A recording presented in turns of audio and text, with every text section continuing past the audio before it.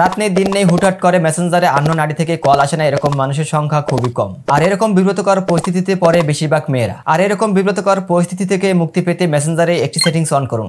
আর এই সেটিংসটি অন করলে মেসেঞ্জারে কোনো আননোন পারসন আপনাকে কল এবং এসএমএস দিতে পারবে না। তো এই সেটিংসটি কিভাবে অন করবেন আমি ভিডিওতে দেখিয়ে দেবো, তাই ভিডিওটি না টেনে সম্পূর্ণ মনোযোগ সহকারে দেখবেন। তো কথা না বাড়িয়ে মূল ভিডিও শুরু করা যাক। Let's get started. মেসেঞ্জারটি ওপেন করার পর উপরে থ্রি লাইনে ক্লিক করবেন। ক্লিক করার পর উপরে ডান পাশে আরো একটি সেটিংস আইকন দেখতে পাবেন, এখানে ক্লিক করবেন।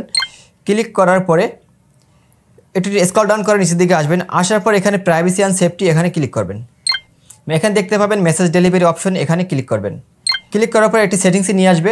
এখানে দেখতে পাবেন people with your phone number, যার কাছে আপনার ফোন নাম্বার দেওয়া আছে এই ব্যক্তিকে পারমিশন দিলে আপনাকে সে এসএমএস এবং কল দিতে পারবে। আপনি যদি পারমিশন দিয়ে রাখেন সেক্ষেত্রে শেয়ারস অপশনে রেখে দিবেন, আর যদি পারমিশন না দেন সেক্ষেত্রে ডোন্ট রিসিভ রিকোয়েস্ট এখানে এটা ক্লিক করে দিলে সে কোনোভাবেই আপনাকে কল এবং এসএমএস রিকোয়েস্ট দিতে পারবে না। তো আমি এই টাইমে অন রাখবো এবং অন করে দিলাম।